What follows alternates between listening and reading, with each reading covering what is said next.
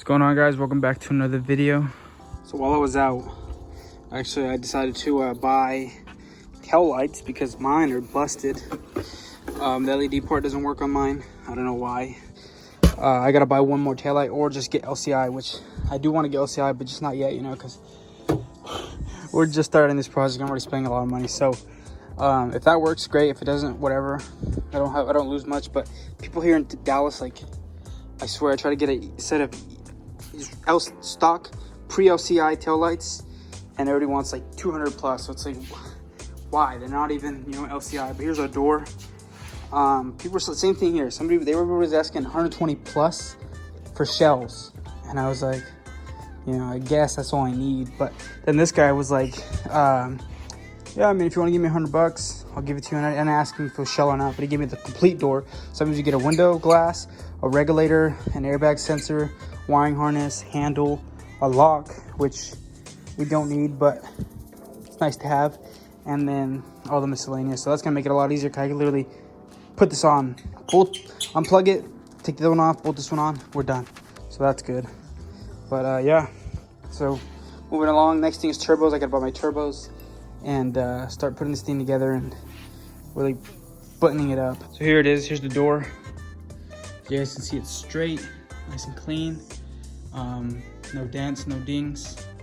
Everything. I don't know if anything works in it because it was unplugged when I got it and the car was all taken apart, but it's gonna really fix this door that, as you can see, it's so bad that it's supposed to be flush against this, but it's so pushed in that it's bad. It's all warped, and you know, it's just easier to replace the door for $100 than try to fix this and then have unperfect body lines, which is kind of annoying. Which I know, if you want perfect body lines, you gotta buy a car with perfect body lines or take it to a good shop. But this project slam car, you feel me? So I ain't tripping. But good thing is I got it in here so I can do the door and I can charge the battery, because the battery keeps dying on me. Mainly because I'm not driving it enough, and I keep coming in, switching stuff, touching stuff. And then I already got the headlight disassembled and assembled. It's gluing right now, and it's sort of probably ready to be installed tomorrow. And then tomorrow I'll probably wrap this door first before any other piece, so it doesn't look really ugly with a gray door on a silver car. You guys probably already know how easy it is to replace this door. It's an 8mm bolt for that bracket that kind of holds it in first, second, and third position. So right now, since I unbolted it, it's just loose. And then the 8mm bolt on the wiring harness right here, and then these two upper and lower bolts. Get that bracket off. Now you can take off these two 13s and just take it off that way, but the only reason I didn't do it that way, I did it through the 8s, is because I'm hoping that even though every car needs a little bit touch of alignment, I'm hoping that if I take it out from this straight line, the straight bracket, those two 8s that just hold the hinges together, they don't actually have any alignment to the door. This one might go on perfectly, and I'm able to just either get it on to where it closes and it's perfectly fine, or do slight adjustments, as opposed to taking those off completely and you have to really adjust the door yourself. All right, and then we have the door off. Sleeping dog. There's that door.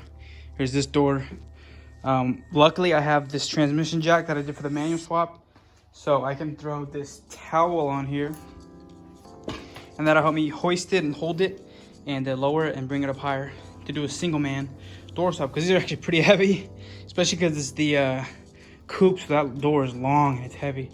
I'm surprised it doesn't damage these hinges, but you know, BMW engineering. So I'm gonna go ahead and put this on the jack, on this transmission jack, and then get it positioned at the right level, and then slide it in and bolt it up, see what happens. All right, what am I saying? We're gonna try our first official close. See how it fits. You ready?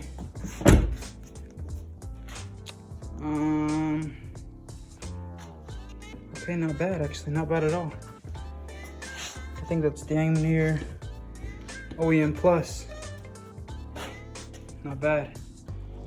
So yeah, it actually fit really good. That line's lined up. We have a nice door gap. This side's nice and straight. It looks like I have a bit of a gap here. Not sure why, or how big that's supposed to be, but I might be able to mess with either the actuator or the knob over there, those bolts, but it doesn't close. I'll go around throw it in there. As you can see here, so let's look at this gap. Let's go look at the other one.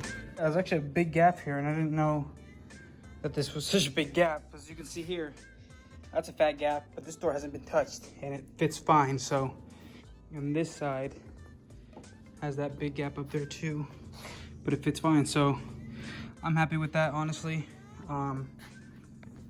Fits fine. Little sticking out a little bit. I'm not sure if that's because of previous body damage or what, but if I can just get in a little bit more, I'd be happy. But I'm already happy, you know, because this is a lot better.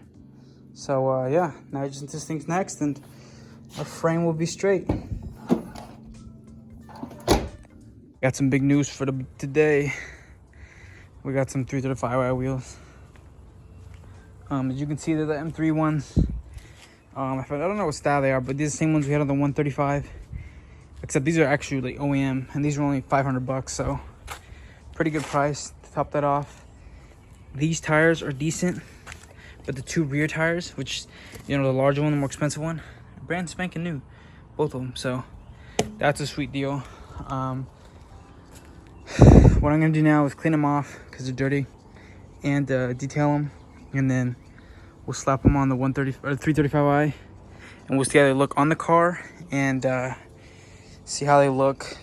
See if they rub. They might rub, they might not. I'm not sure, but I'm pretty excited to throw these on, see what the car looks like. If these do look good, I don't like the gray on orange, so I'm probably gonna, since these are M3 wheels, they're worth money, I'm probably gonna actually get them powder coated gloss black. That way they just pop.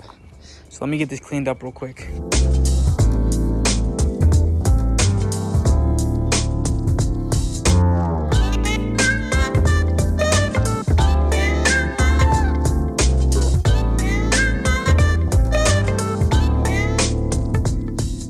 They're all nice and clean now. So then I'm gonna pull my 335i up in the driveway, and we'll start test fitting these, see how they fit.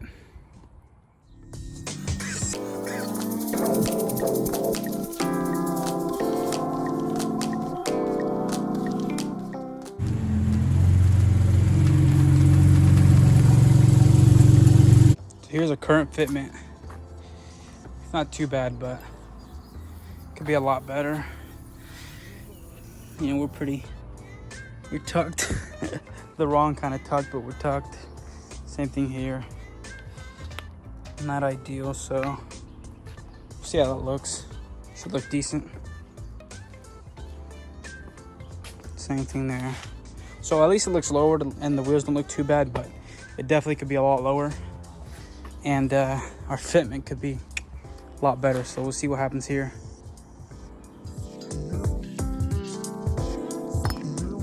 Here's the moment of truth. We'll check out the fitment. It already looks insanely aggressive, but we'll see if we have any rubbing issues with this stock setup. You ready? Here goes nothing. Oof, no. Oh, it's gonna clear, huh? Not bad, not bad. All right, rear tire check. Little bit of poke. See what happens. Oof. We might rub on those. They're looking meaty though. Oh yeah. Here's the previous fitment. As you can see, you got a little lip and almost no poke.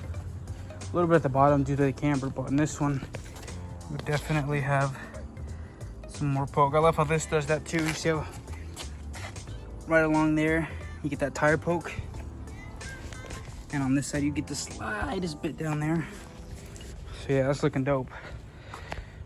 Next thing to do is, I guess, go test drive on them. So, oof, check that out. What do you guys think? Is it worth keeping? I don't know. I mean, yeah, they look aggressive, right? But, you know, do they suit this car? That's the question. Are they it, sis, or should we keep looking? Because if I put these up for sale, I could probably make $200 off them. and maybe upgrade my wheels. I'm not sure though, because they do look good, but I mean, yeah, I guess you can compare to the stock fitment, which isn't, this look good, I'm not gonna lie. Like this little stance, little slowered, looks mad decent, but at the same time looks like it's a little too low and not enough poke, as opposed to this side. This is the way this is the way any set of wheels I get should fit, right? Tucked lightly, but with not, you know, excessive amount of poke, but definitely looks a bit more aggressive. Shoot, let me do the other side and then we'll see what we decide. We're filling these puppies up. In Texas, they have these cool machines. You have to pay. In California, you get free air, but in Texas, you have to pay. But the only cool part is that, dang. The cool part is that in Texas, you have this machine that you set at what PSI you want, and it goes until it sets it. So it's like, it's actually really convenient, because now it'll set them all to 35 PSI, and I'll be good to go. And I'll know how many PSI I have. So you pay $1.50, but you get the technology. As compared to in California, you get free air, but the meter never works, right? So you don't know. So it's at 32, so we'll go to it with 35 all around, and then we'll drive it back home, see what that feels like with good air in the tires. Because these were low. This one was like at 10, that one was at 20. So I probably shouldn't have drove them here, but it's only like 2 miles, so I thought I'd risk it. But there we go, see? 35, good to go. All right, so that's it, guys. I got air in them. We got them up to 35 PSI all around. They're handling good. They feel different, you know. This car definitely feels a little bit, the steering feels a little bit heavier, because we got 245 in the front compared to 225. And then these are just a different offset. So they do feel a little bit different at first, but for the most part, they're feeling good. And I don't know. I think once we do more orange, we'll decide if we're gonna do gloss black or not. I'm leaning more towards gloss black just because I think it'll look sick, but I'm not too sure yet, you know. I'm not too sure at all.